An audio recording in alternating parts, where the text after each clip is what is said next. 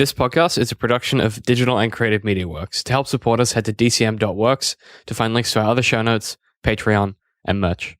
Life is really complicated, and sometimes you just need to talk to someone. So every fortnight, I call up a buddy of mine, and we chat. This week, I talked to Scott about food. This is Phone a Friend.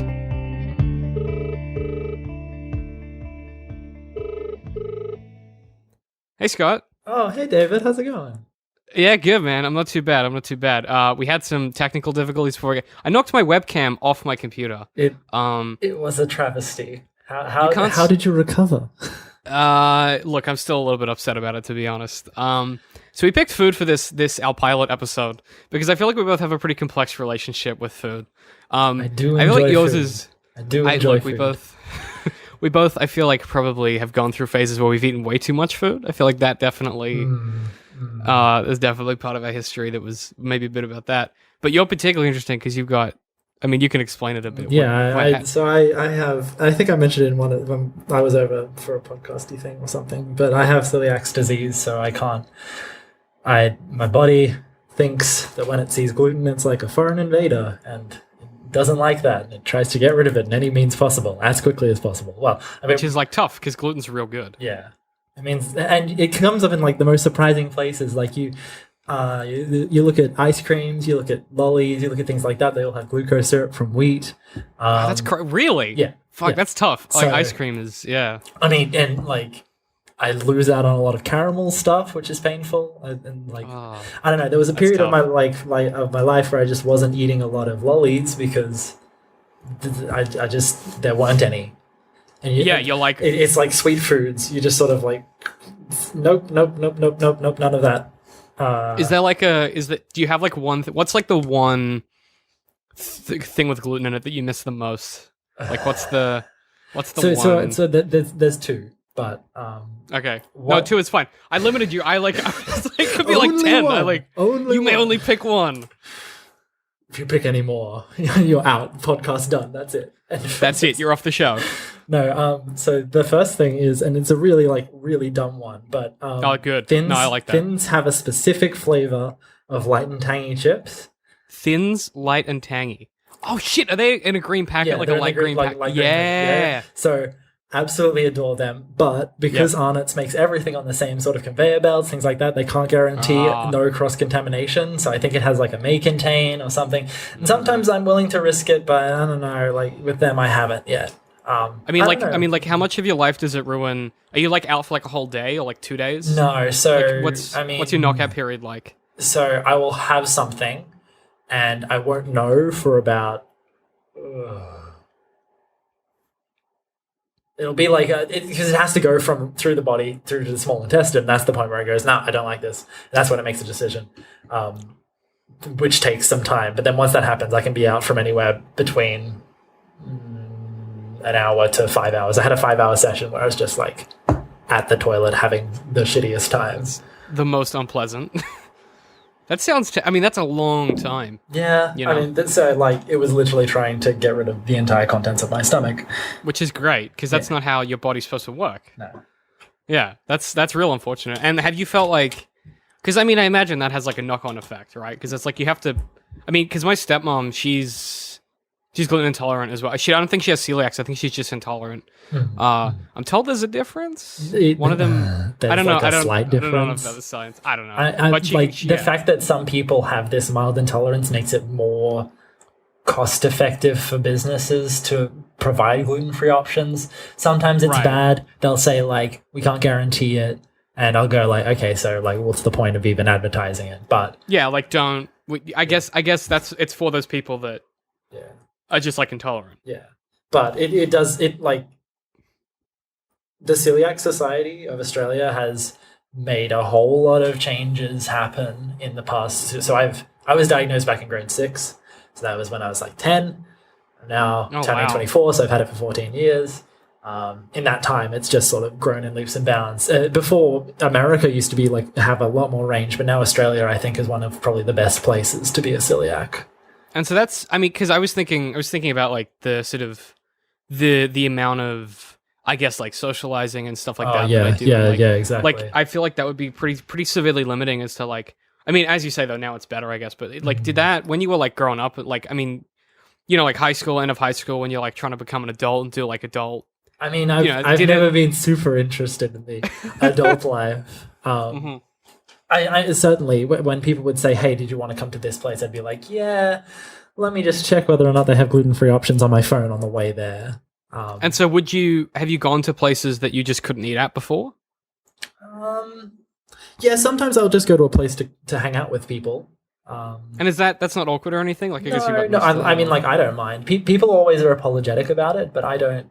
Like, for me, the socialization is the more important. I've never been super interested in food. I've been like, food is a means to an end for me, whereas for some people, it's a lot more of a lifestyle. I know Right. that my brother's partner, she is very much into food. And when she was diagnosed with celiac disease, she felt like it was the end of the world.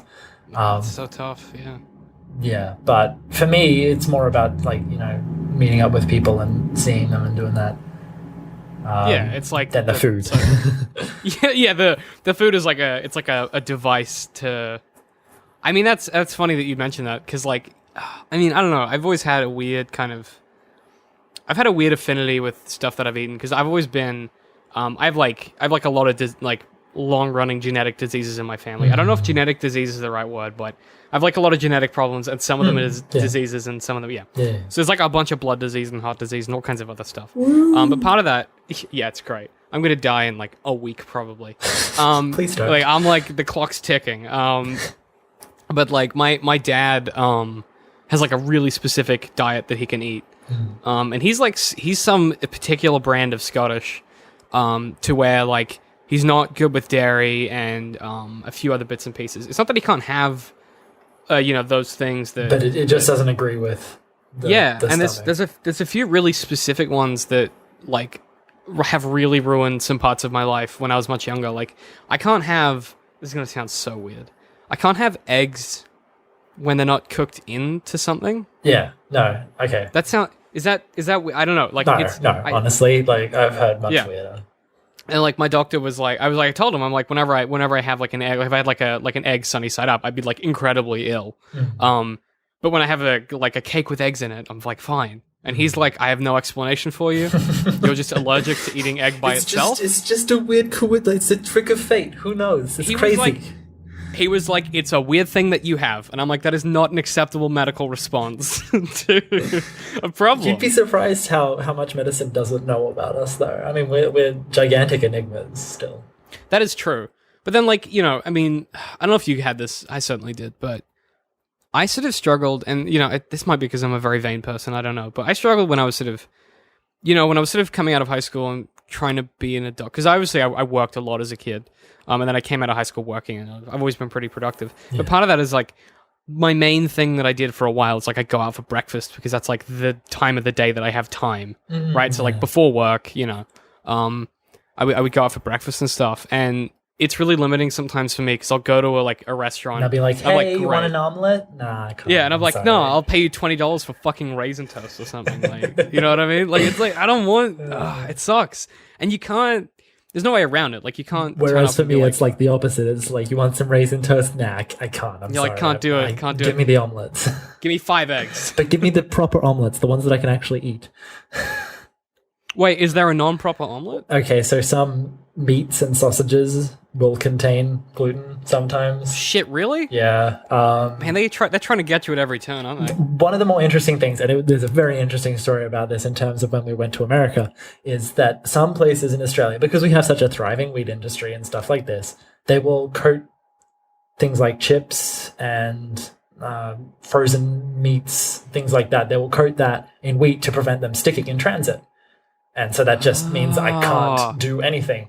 And so we were going through America, and obviously my mom is trying to make sure that I don't get sick while I'm over there, because that makes things Good plan. really disappointing and unhappy. I was gonna say, it's like we're gonna leave Scott at the hotel room, or This is back in like when I was about. I'd just been diagnosed like a year or two ago. I probably was still quite young. We were still sort of learning the ropes.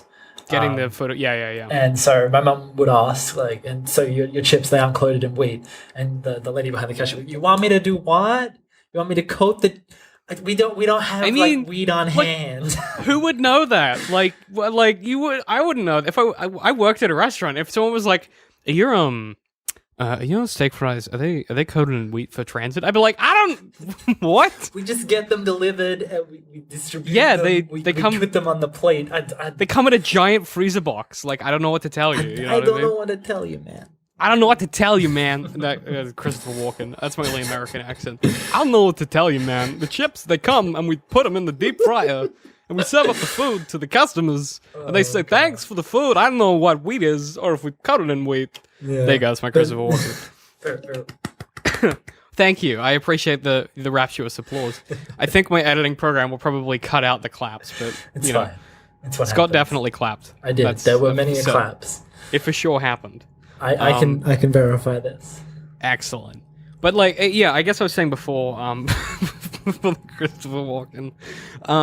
Yeah, that is interesting. So like, how did you find that, like, did you get sick on that trip or? No, I don't think I did. I think, and as I said, America was pretty good for it at the time. America is a much bigger producer of corn, so they use a lot of corn products as opposed to gluten products, and so there's sort of that discrepancy there. But when I went back in when I was old after I graduated from school, it was less. So I felt like there'd been like a point where they'd sort of taken over, where Australia suddenly had more range and America was a bit like, yeah. And do you think that's just a variation in size? Because Australia is obviously a much smaller country, like population wise. Yeah, it's entirely, and also I think that it's really been the good work of like the Celiac Society and stuff like that. So yeah, and I don't know. Did you ever get to a point? I don't know. Like, do you? Because I have this with other stuff, not like food or like food intolerances. But there's some stuff where like I can't do a certain thing for X reason, and like it's fine 99.9% of the time. Then like 0.1% of the time, it's like I just get like overwhelmingly frustrated that I can't do it. Like, do you know what I mean? So you're sort of asking, like, does it ever get to a point where you're like, I'm really frustrated that I can't eat this thing in front of me right now? Yeah, or yeah, I guess I'm always. Well, in the early days, a lot of it, and it is a lot easier now because of some of the stuff that's happened in terms of legislation changes. But in the past, it used to be I would have to sit there and, okay, this thing looks interesting. I kind of want to maybe eat that. Let me turn over the back of the packet, search through all the ingredients, what's in it. double check. There was like, back in the early days, there would be like a book that would be handed out. You could buy it. Or, I don't know, we were into a whole lot of celiac things because when we found out, it was like, oh, God, we have to like learn how to deal with this. And it was a book, and it'd give you a list of all the ingredients that could contain gluten in them. And there was stuff like, ingredients like that could contain flavorings. Certain flavorings will sometimes contain gluten, thing like this. And you'd have to look like super carefully and be like, oh, am I sure about this flavoring or not? And it felt really sort of a bit difficult to... you need an encyclopedia with you to go to dinner. And so... it would get to the point where you just get sick of that. You get sick of having to turn things over, reading it, getting disappointed when, oh no, I can't actually have this caramello ice cream because it has glucose syrup from wheat in it. And so, yeah. But now they actually have to specify, they have to specifically say all of the allergens that it contains in sort of a line underneath the... Yeah, I have noticed that. Yeah. So that was changes implemented due to the Celiac Society, and it benefits every sort of like. So they have to declare dairy, eggs, and all that sort of stuff. Nuts. It's helpful. Yeah. Anything that might, seriously do harm to someone. It makes sense to have to print that on the fucking packet of the food. I don't feel like that's rocket science. No, it's not. It took a while to get that happening, I guess. Still hasn't reduced the prices. Do not prices. Like this is the thing. I don't understand why anyone would like voluntarily do a celiac diet. Because I'm sitting here having to pay twice as much for, like literally walking down the aisle. Wheat Bix, $2.50. Just regular Wheat Bix. And it's always like advertised Wheat Bix, $5.6. Because it's like fucking health food all of a sudden. Yeah, it's like no, I need that to live. Okay, I'm gonna go on a rant in this first episode, but it's happening. Like if you take something out of a food that is the usual process of making it. Don't tell everyone that's a fucking health food just because you took something out of it that you normally put in it. That just means that you took you saved money making it, probably. Yeah. You spent less ingredients. Like, what the fuck is that?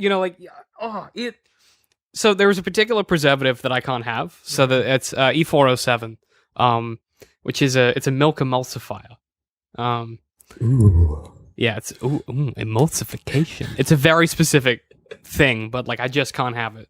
And there was this period in like 2007 where it was, I don't know what happened, but I guess a lot of companies decided to like have like natural ranges coming out where they were like free of preservatives and like free of this or that.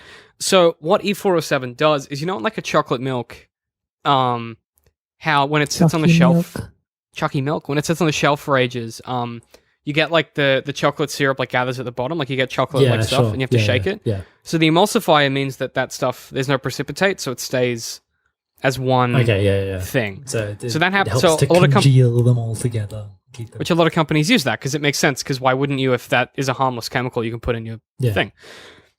But that particular preservative, the only milk it wasn't in at the time was Cole's home brand milk. I don't know why, it just wasn't. So I could have like Cole's home brand chocolate milk or whatever. But then there was this period where they then, I think one manufacturer got bought by someone else. It was like a whole thing. And eventually what happened was they had like a sugar-free, preservative-free milk that they started to sell. And then their original milk that was the 407 free just became like every other milk with 407 and whatever. So instead of having like normal chocolate milk that just didn't have emulsifiers, I had like a sugar-free, like fat-free, no fun chocolate milk that was just complete garbage. And they made you pay like $2 more for it.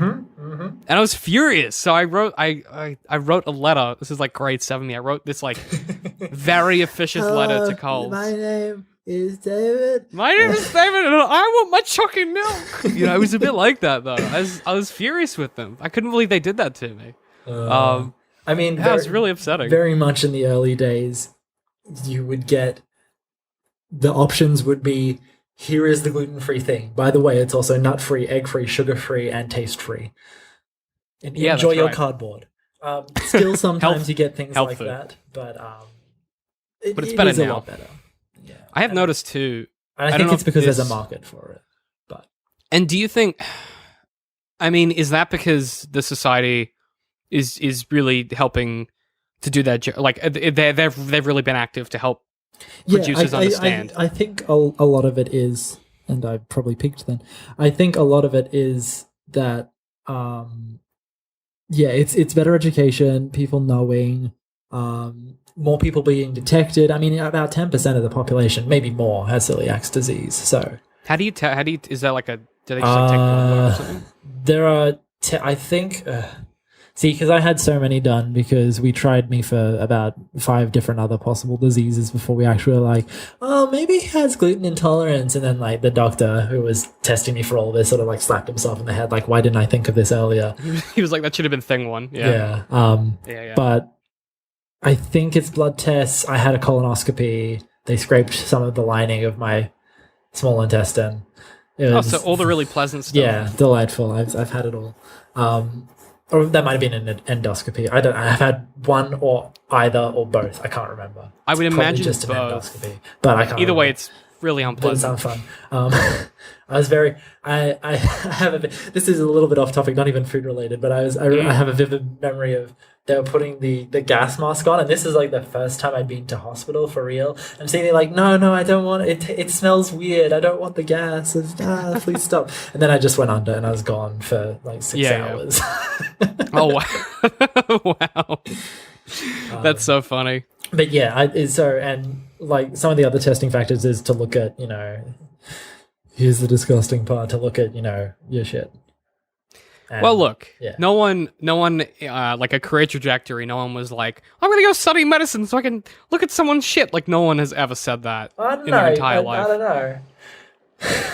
Okay, one person ever. Okay, one guy. You should talk to immunologists and people who look at parasites. They're probably... But see, that I get. Yeah. That I'm like, cool. But if that involves poop, it's like, that's somehow...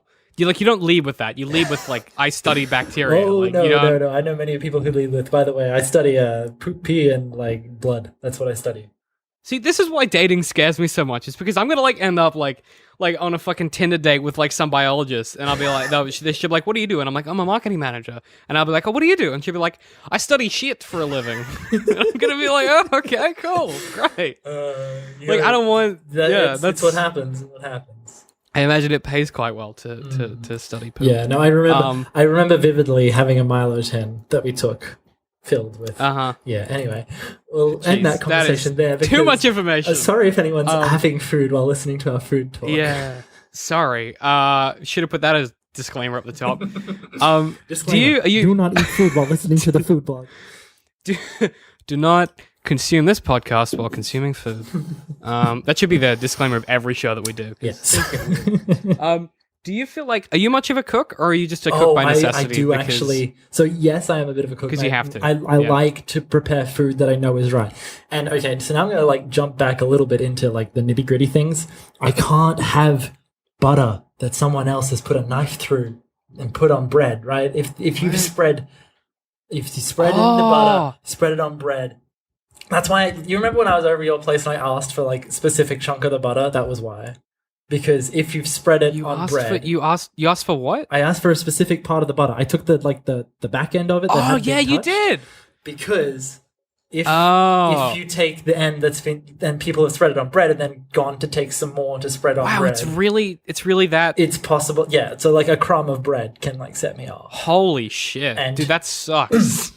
I think for it to not, you have to test it to something like 0.0001 parts per million or something to be able to say that it's gluten free or so. There's some limitation factor. I'm probably messing it up, but there's some limitation factor that you have to test for, and it's really quite small.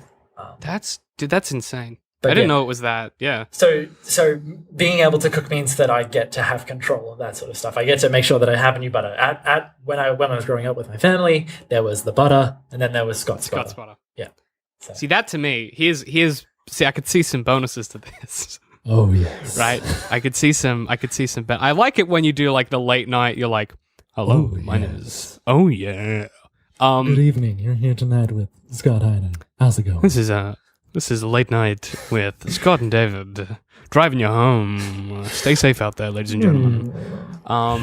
Shit, what even was I saying? No, I'm just thinking about like doing like a late night drive TV show where it's like you in like an empty booth and you're just talking out into like the ether. Nights. Oh man, I'd love to do that. How's it going? I feel like this Tonight's might topic, eventually. Food. You can't see this because there's no video, but Scott's doing a lot of eyebrows when he's doing the voice. I like that it makes you laugh. You have a lot of you have very defined eyebrows. Thank you. Fun fact about me that most people don't know is up until I was about 14, I didn't have eyebrows. Whoa. So let me clarify. So I had eyebrows, but they were like incredibly blonde. Yeah. So blonde.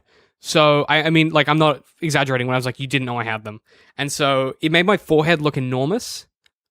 So my forehead went down to like here, and like that's most of my face. I'm using a wide angle webcam, so that my forehead was massive when I was a kid. It was the whole thing. I had like a billboard brow. I got made fun of it a lot. I guess. Anyway, yeah. It's like got real for a second. I go boy because I had a big that's forehead. the point. You're calling a friend. I'm here to help. It's all good. Yeah, that's right. Scott, kids were mean to me when I was a kid. It's okay. I was incredibly unpleasant as a child, though, so I can't imagine that I entirely didn't deserve it. I was going to talk about food. You were talking about butters. Exotic butters. I was going to say the benefit there is that there will be some things that are like just Scott's that no one else can come in and pinch. Yeah. And I want to say that this is only tangentially related, but this is more of, I'm putting people that leave one Tim Tam in a packet. I'm putting those people on blast because if you're the person that like goes into a packet of like something and they have one and they leave one left, fuck whoever does that, get rid of them. Get rid of them from your life, because you know what sucks? You're like, great, we got Tim Tams, and you pull them out, there's one left. Like, at least if there's none left, I'll buy more. Like, don't leave one. Who does that? But I only really felt like eating like 7. Yeah. I didn't want to eat the 8th. That's like, just eat the whole goddamn packet. So that like shits me to tears when that happens. That's just a personal gripe of mine. There are gluten-free Tim Tams. Yeah, oh, really? Well, Tim Tams are Tim biscuit Tam in them, doesn't don't they? make them though, so they can't be called Tim Tams. They're What? like chocolate deluxe Oh. bars biscuit. Man, that's always weird how that things. goes. Yeah, I feel like one of that- one of the brands that sticks in my mind, it was one called like Delush, but it is like D comma Lush or Delish or something like that. I don't know. Anyway, that was a brand that tasted like a brick, I guess, a chocolatey brick. There was a company in England when I was there last that does like knockoff Tim Tams, Mm. and they're called like I want to say Tam-Tams? soldiers or penguins or something. Sorry, Tam-Tams. that's a good joke though. No, I can't think what they're called. But they come in like individually wrapped packets. Mm. You get like you can buy one at a time for some fucking reason. And they're Getting really that sweet awful. Money. Yeah, they're really bad. I remember like one of my cousins came over from England and she like had a Tim Tam for the first time and she was like, "This is what they're supposed to taste like." Oh my god! I was like, "Yeah, the English ones are garbage."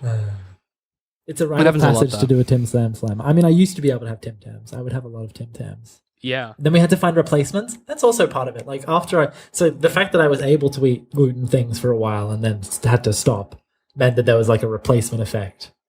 oh Actually, did I ever talk about the other?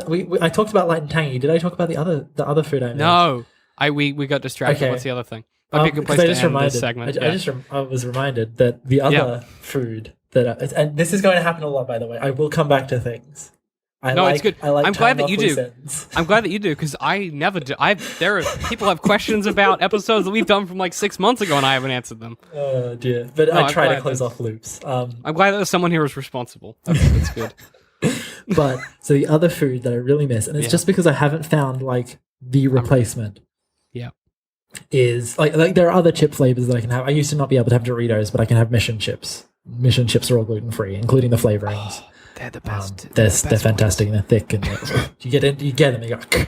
Oh my god, crunch. it's so good. But I can't find a good Hokkien noodle, like the thick, good noodle. No. So I used to have like fantastic Hokkien noodles all the time for dinners, and we make them up into whatever. I mean, I wasn't like a very adventurous child, so it'd probably just be with like tomato sauce and cheese. God, I'm gross. Is that a meal?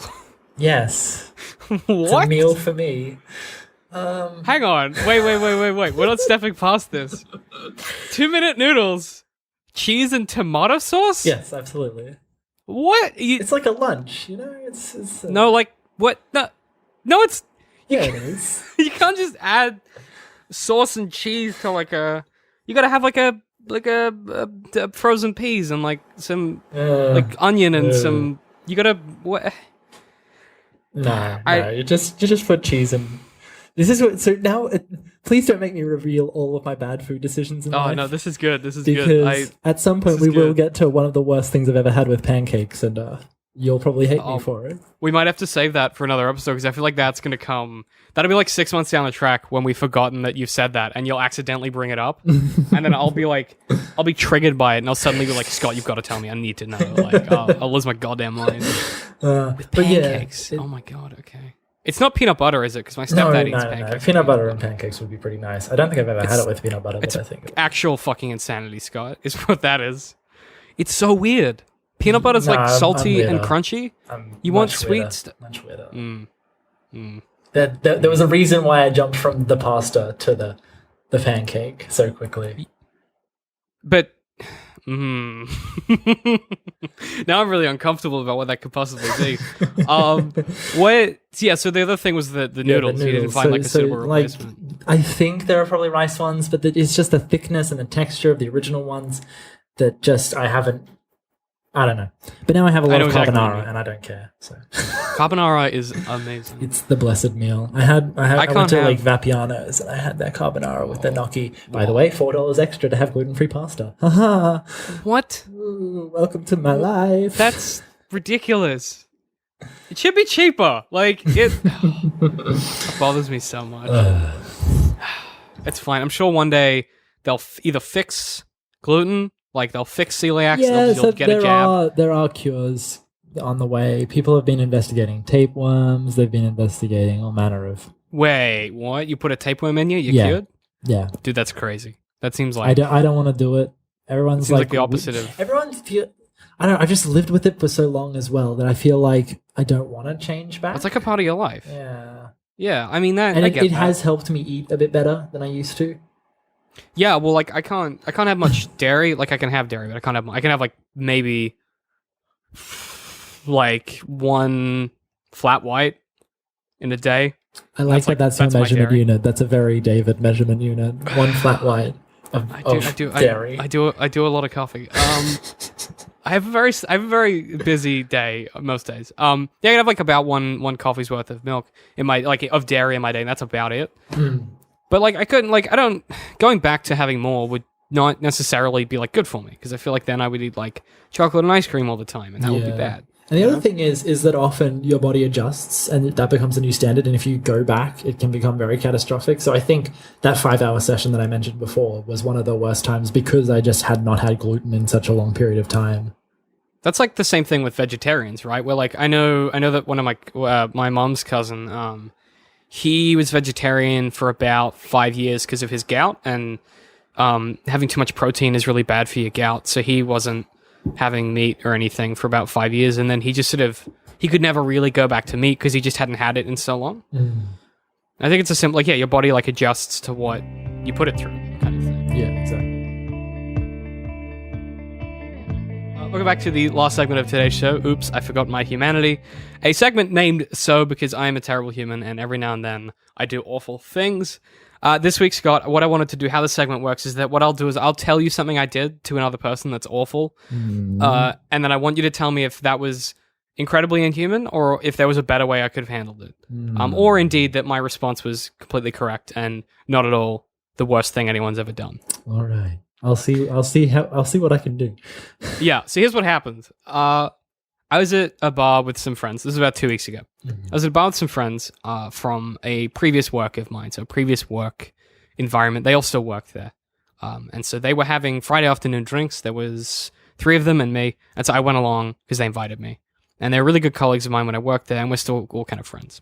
So I turn up to this bar, and it's going quite well. And one of the other people there, for the purposes of privacy and to protect the innocent, we will call her Lucy.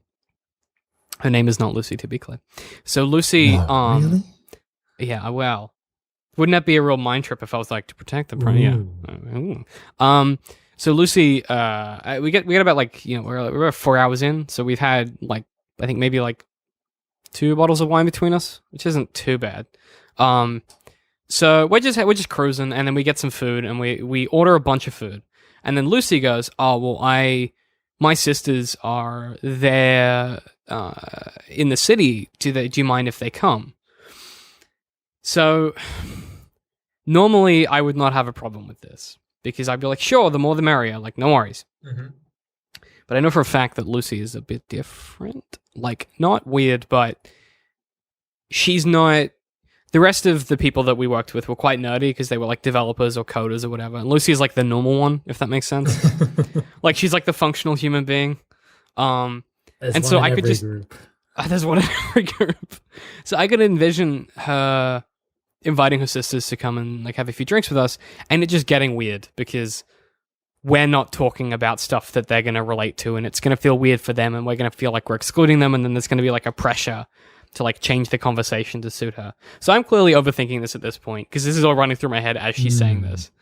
And so can you guess what I said when she said, "Do you mind if my sisters come and have a few drinks?" Did you just say a flat yes? I looked her dead in the eye, and without any inflection, I was like, "I do mind, but you should invite them anyway." And it was just this moment of just because I didn't mean to say it. What I meant to say was, I don't mind, you should invite them, but I wanted to say something maybe it might be a bit weird because we're I kind of wanted to be it might be weird because we all work together, they might feel excluded. That's what I wanted to say. David. Yeah. What you needed to do in this scenario what's the solution? Is ask whether Lucy would think they would find it weird or not. Invite that way. You can do that? Yeah, so you can say, do you think that they would find the conversation weird, or do you think they'll be okay with coming Right. here? And if she's like, yeah, sure, then you can like say, okay, cool, and then it's on her. Like it's now flipped over Right. that So the she onus is on thinks her. that, and so she'll try and engage the conversation and help you act as a mediator between the two parties.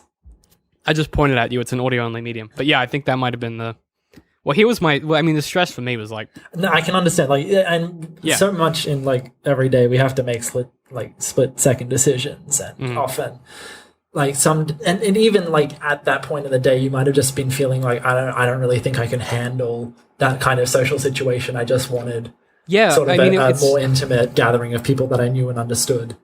it's always like a part of that too, because it's like, oh, you know, there's a dynamic that exists there, and meeting people for people like me, like, and I suppose if you're introverted in a similar way that I am, it can be very tiring to meet new people and to like, have to go through that, you know? And I'm sort of an introverted extrovert, which I know is like a contradiction, but it's apparently what I am. That's people keep telling me. So like I'm really good with people, but like I sometimes find socializing incredibly draining and exhausting. And so it's one of these things where I, at the same time, there was an element of selfishness to it. Where I was like, I also don't want to deal with this right now, and I feel like I'm going to be less fun, and it's just going to be kind of weird. Mm-hmm. It was, of course, fine. It wasn't like super nerdy. Like we weren't sitting around the table playing yes, yes, no on like Twitter memes. Like it wasn't super nerdy, but it was that kind of conversation where it's really easy because we known each other forever, and then they came in and like it was just a bit strange because then it was sort of like, oh well, what, you know, they were like, oh well, what do you do, and then you have to kind of talk about yourself for like 10 minutes, and I hate talking about myself, so I just kind of was like, Navigating social convention is tricky. It's it's tricky. It's something we take for granted a lot of the time, and yeah, the number of times I've had to, and people will ask me, they'll come up to me and say, oh, so what do you do? And I'll say, I'm studying a PhD. And then they go, oh, cool, what are you studying? And I have to sit there and try and think. I stop for a moment to think, how can I best explain to this particular person this 3-year-long piece of work that I'm going to be trying to finish by next year in a succinct way that they'll be able to understand, and not like turn them off the conversation straight away. And I have to sort of think of a way to talk about it in a general sense, put it in context. cultural touchstones they're going to get. I often talk about dams just because I know most people that would be talking to me would have at least experienced the Wivenhoe stuff that happened in Brisbane. And so at the very least, they'd have a general sort of understanding of how that works and talking about controllers for that and blah, blah, blah, blah, blah. I don't want to talk about my thesis because I talk about it too much. Yeah, but no, I get it. I mean, I have the exact same thing with when people ask, like, someone will bring up that I'm a writer in some way. Like, it'll just come up. They'll be like, oh, well, David writes books or whatever. Yeah. And they go, oh, what do you write? And you have to be like, how do, like, I write? Ooh. oh, it's that also, but it's like, you have to really pitch to the room. Like you have to read the room really carefully and be like, what is there? Absolutely. What kind of jargon are they going to know? Because if I'm like, well, it's it's a dystopian kind of Bildungsroman Roman coming of age, but it's, you know, it uses the tropes of piracy, and it's kind of, it cheats off some of the existing wasteland tropes and the spaghetti westerns to create like a small contained narrative within a small space that exists in like a larger world. And that, to some people, is incredibly inaccessible. But if I was like, oh, it's young adult fiction, and it's about someone growing up, they're going to understand that. Yeah, exactly. So it's like you have to really... it's just like it'd be a completely different scenario. Like if someone came up to me at university, that's completely different to me meeting someone at a party, which is different to me being in sort of a presentation in my field. Each different way I'd have to explain at a different level of abstraction. Yeah, that's exactly what it is. Yeah, it's like how complicated are you getting, and how far away from it do you have to get for them to understand? Yeah, exactly. Yeah, I mean, that's, you know, I feel like that, learning that skill, like learning the ability to like read a room, and you know, even when you're not explaining something about yourself, but like even just the kinds of answers you give to questions. Yeah. That's something that I think a lot of people that are very like passionate or like nerdy about specific topics, I think a lot of people struggle with that. And that's something that I've noticed amongst, you know, some of my friends who are nerdier, is one of the things that they'll really struggle with is, let's say I'm like at a party. Actually, this happened to me recently. So I was on a date with this girl, and it was like a second or third date, and we met up with some of her friends afterwards to go do something else. And I was I was a little bit drunk. Like I hadn't had too much to drink, but I was also really tired. Like I was also really tired, and I was just kind of like I was really relaxed. Like I was in a really relaxed headspace. Yeah. Which is not usually good for me because I get a little bit too comfortable, and so someone made some comment about I think it was the Hulk. I can't remember. Like they asked some like offhanded question that normal people ask, like, oh well, you know, like why would the Hulk be in space? I can't think of what it was, but it was something like that. Right. Yeah. And my brain immediately was like, oh well, you know, it's an adaptation of World War Hulk, but it's also an adaptation of like Space, some yeah. of the later comics where Yeah. it's like when Hulk goes to space and he joins the Guardian. Well, he doesn't join the Guardians of the Galaxy, but it's like a tangential storyline. My brain goes to that immediately, and I started saying the first sentence, and I was like, oh, I don't know, that's kind of weird. Hey, like I just stopped myself because I was like, this isn't what they're asking. What they're asking is for me to agree with how silly it sounds. Yeah. And that's something that I feel like, I don't know, there's some value in practicing doing that if you're the kind of person that sometimes struggles with when people are like immediately switched off Yeah, by that sort of thing. In the start, it helps to have people around. It, like in social settings, it helps to have people around you who know what, and you know what you're about, and you can look to them for help and assistance. And even if it just ends up being like, and you have to understand that sometimes the conversations are going to flop, and it just happens. But like, Oh, yeah.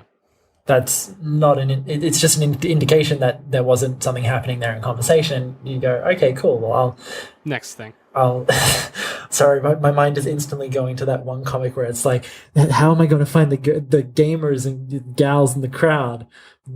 They yell out the cake is a lie, and it's a very terrible comic. Anyway, it's awful. Yeah. Sounds like a Control-Delete comic or something. Yeah, whereas for me it would be like, how am I going to find the cool people in the crowd? I'll just yell at Inazuma 11 and then no one will hear me because they don't know what that is. I don't know what that is. Yeah, exactly.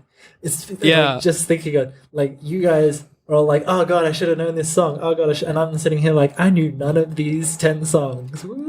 Yeah, it's fun. It's funny, like, yeah, that different people have like really different like spheres of knowledge. And it's just learning to like understand where your sphere ends and where theirs begins and what the overlaps are. And sometimes you want to find out about their spheres. You want to find out, hey, I'd love to know some more about those songs because they were and cool it shows like a songs. genuine interest. Like I don't know, like there's a way for that to be very genuine where you are curious about what they are interested in, but at the same time, people don't just want to talk about what they like because then it feels like you're trying too hard. I guess. Yeah. Oh, absolutely. I find times where I start waxing lyrical about some topic, and I'm like, I'm sorry, I really do enjoy talking about this topic, but if you're finding it uninteresting, Yeah, you can you're stop. like wrong room. Yeah. See, that's funny because like as a like I've been doing podcast. Like I mean, we've been doing podcasting for like 2 years, and I've been making videos for like I think we did the math. I've been doing YouTube for like 5 years now. So when people are like talking to me and like of your craft. yeah, I'm like a level 24 paladin of podcasting. When people who are like having a conversation with me will like stop themselves and be like, "Oh my god, am I boring you?" I'm like, "No." Because yeah, exactly. Yeah, definitely. And I think it's nice to have that invitation to say, no, keep talking about it. I enjoy hearing about the things you're passionate about. And people really like respect that. And it's great. It's great when you talk as part of the living. Like as part of my living, I talk. So it's nice when I can just listen. Like that's very unusual. So it's, I don't know. I find like a little mini podcast between you and your friend. That's the worst. You know, it's funny you'd say that. You make my life sound incredibly sad. That's honestly what most of like hanging out with my friends is like, because we all podcast. Like most of my friends work for me, or work with me, and it's like we were at the pub the other night, and there was there's like 4 or 5 of us, and we just got real drunk and played Yes Yes No. Which, if for those of you who don't know, Yes Yes No is a game invented by. Did you know that? I don't actually know what this is. It's invented by Reply All, and it's a game where one person brings a piece of internet artifact they don't understand, so like a tweet or like a meme or something, and then you present it to the group, and if someone so then you show it to someone and they either say yes or no. So yes, I understand. No, I don't understand. The way it works is that you go from bottom to highest, so bottom to top. So the person who doesn't understand the least, so the person who understands the least amount about it tries to explain it first, then the next person, then the next person, till you get to the person who knows it entirely. They explain the whole thing. Then it's up to the person who was the bottom to re-explain it to everyone else. Oh, okay. And it's the funniest thing ever. Like I love the sound of this. I'm so excited to be like on top of I know far too much about internet culture. We're doing an episode. There's there's something coming up that we're doing soon. I don't want to ruin the timeline because I don't know when this will go up, but we're doing something soon that we're playing Yes No in, so look forward to that. I think you'll be there. Yes, I will. Hopefully, so you'll get to see us. I'll get to Yes, play Yes, it for No. the first time. Yeah, it's such a good game. Maybe I'll play it. but I don't know. Maybe I'll just hold the Maybe. camera. Hold the camera. Who knows? Who could say, Scott? Who could say? It is a but that might be. mystery. that might be. See, there's an internet. Oh theme no, right there's there. more music. You do a lot of music. I like that. I like that. This is you've brought like an element of. And the of music rhythm. man. Yeah, that's why. Music You should man. change. I'm also like filled with references. I'm really trying to tone it down, but I've said 3 already. This. Is Music Man Adventure Time? Yes, it's a reference to Magic Yes, I got Man. one. I'm I so got proud one of your you. 12 references that you've made this episode. Oh dear. So conclusion, I maybe didn't handle that the best, But I think it was a stressful situation. Just I don't mean stressful, but like you were put on the point a little bit, and you had to make a bit of a snap decision, and were like, "Oh, I don't really feel it right now." And I don't think that's necessarily bad.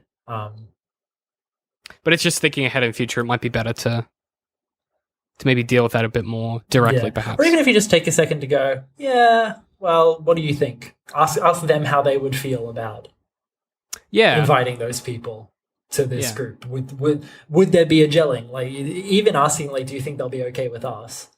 Sometimes it's a bit weird, but I think it helps. And I think, yeah, you're definitely right. It does show that you're being considerate as well. Yeah. It's always good. Well, that might be a good place to end. Thanks for joining me on the inaugural pilot of Phone a Friend. Thanks for being a Taking friend off. that I can phone. And we'll end these with the same way that we end every podcast, which is by saying if you want to help support us, you can. We have a Patreon. If you are a Patreon supporter, you're actually hearing this before everyone else. Good You job. get shows early. I know. You get shows early. You get access to like exclusive pilots of stuff that we want to make that doesn't get off the ground, or like we start making it and then like we put it on hiatus. So you get access to all that. So if you go to patreon.com/DCMworks, if you donate any more than $3 a month, you get access to shows early. You get access to the Patreon only show, which is open to suggestion, which is where Ben and I test out new ideas. We yell at each other about stuff that we can't talk about in the public forum. Sometimes I'm around watching bad movies. Oh, did we do some commentaries? You and I, we were on an episode of Ghostbusters with Ben and Laura. That was quite fun. That's all I can say. Otherwise, we'll get sued. Oh, I know. That's right. yeah, that's right. That's like the extent of. Yeah, I think you get like 6 seconds, and then you have to pay royalties or something. Probably. I don't know. So that's all you get for this episode, because otherwise. But you can do it once every episode, so Nice. maybe we'll get the whole song by the end of the show. Who knows? But yeah, thanks for listening to this pilot episode. Let us know what you think in the show notes. Not the show notes. That's the wrong word for it. Leave us a review is what I'm trying to say. If you're on iTunes, leave us a David has review. If done you're this on... for how many? 2 years? Did you say? I think I've been doing YouTube for like 5 years. I should know what the fuck I'm doing. Leave a review if you did enjoy this. It really does help us out. And if you want to catch more of our shows, all of our sister shows, brother shows, all of our other content, you can find that at dcm.works. Otherwise, I'm at DCM I Hate Pie. I'm at Veritas Une. And we will see you guys in a fortnight. Bye.